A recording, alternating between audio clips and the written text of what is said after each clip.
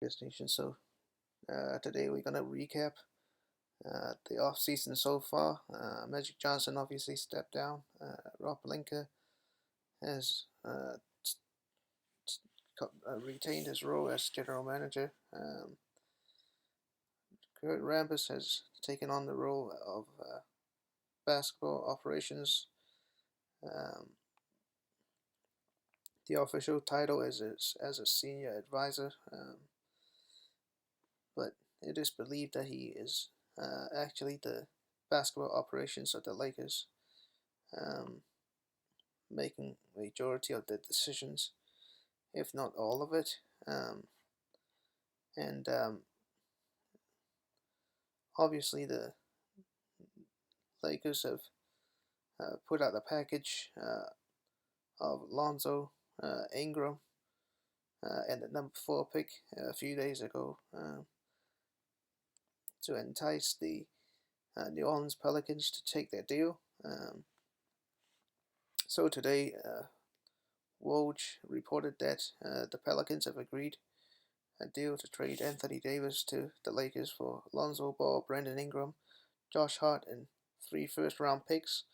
There were reports saying that the Pelicans wanted Kyle Kuzma in the deal, but obviously it worked out. The Lakers kept Kyle Kuzma, instead gave the Pelicans 2 extra first-round picks. In terms of the details of those picks, we do not know yet. We only know that one of the picks is the number 4 pick in the upcoming 2019 NBA draft. But in my opinion, it's a steal of a deal. You look at Josh Hart, who's still struggling with knee issues. Brandon Ingram coming off a blood clot. The only real asset you're giving up is Lonzo Ball, who has obviously great defensive skills, can distribute the basketball, can push the pace, and really have great instincts playing the game. So basically, the New Orleans Pelicans now have the Lakers' young core. They have Julius Randle, they have Brandon Ingram, they have Lonzo Ball, and they have Josh Hart. And now they're likely to pick, obviously, Zion Williamson. If they're going to use that 4th pick, they're probably going to pick Jared Culver. And then they have 2 other picks. We don't know the condition of those picks, as I said.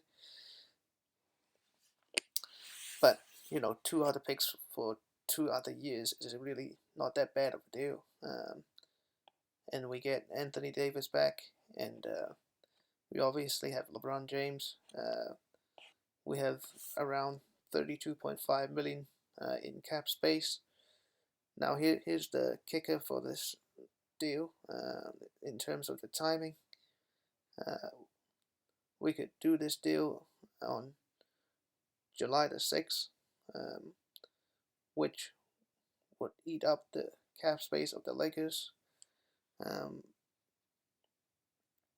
And the Pelicans, if they are not going to cooperate, and this deal goes down on the 6th of July, then the Lakers' cap space could go down to 23 million, which is not good, obviously. If we want to sign a max free agent or somebody close to that amount,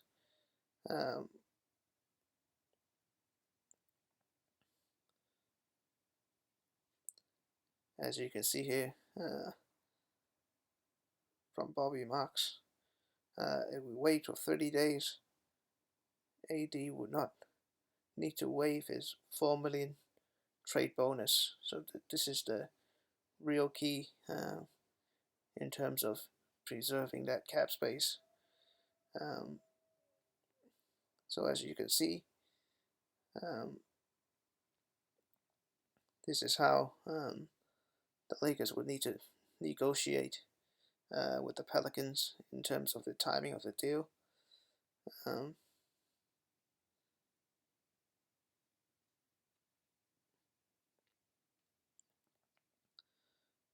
in terms of what stands in terms of free agents, rumors has it that the Lakers are targeting Kemba Walker. Um,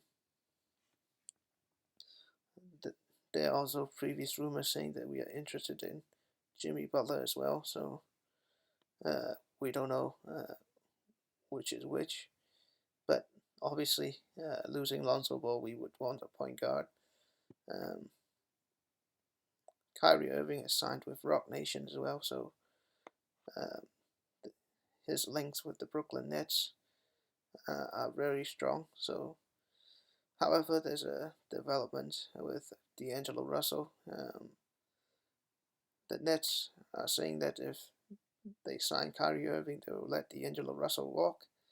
So that means they're not going to match a deal. So the Lakers might want to put in a deal for D'Angelo Russell.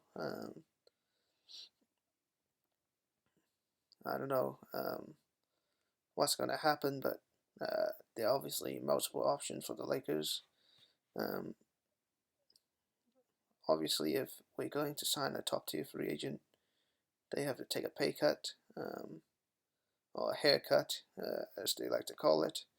So we're gonna have to see what's going to happen in terms of the draft. The Lakers do not have any picks anymore in this year's draft. Going forward, I'm not sure in terms of the draft picks situation at the moment.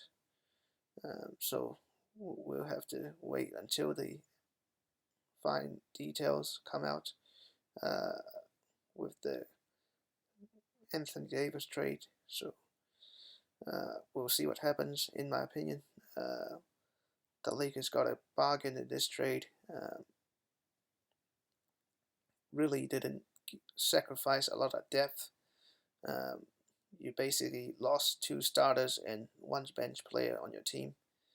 Um, and obviously, although you might not be able to sign max free agents, you still have enough space to sign mid-tier level free agents like Ricky Rubio. I think he's someone that the Lakers should look at.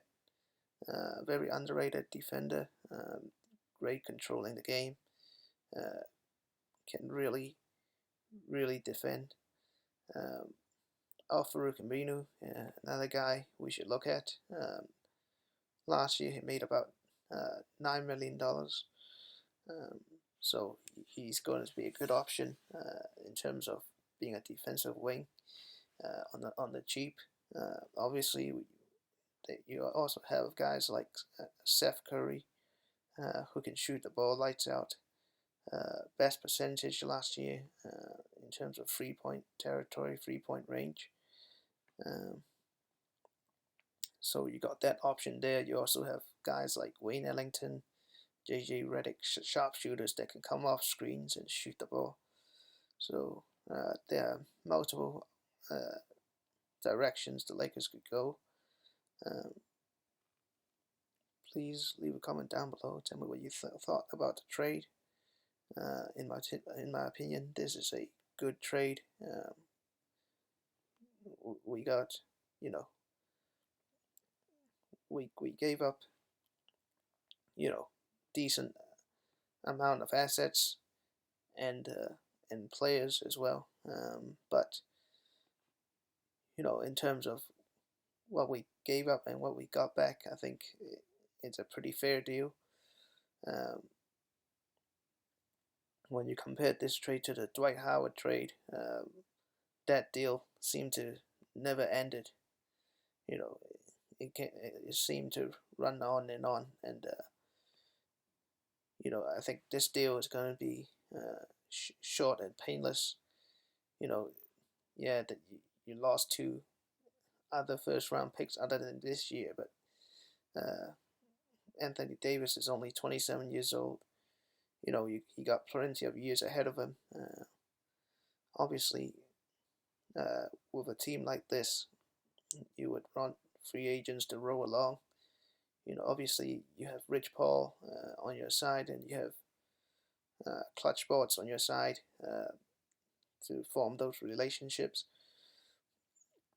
And Anthony Davis has made a verbal commitment to the Lakers on signing an extension in the 2020 off season. So that's all good for the Lakers. Again, please leave a comment down below. Tell me what you thought about the trade, and I'll see you guys in the next video.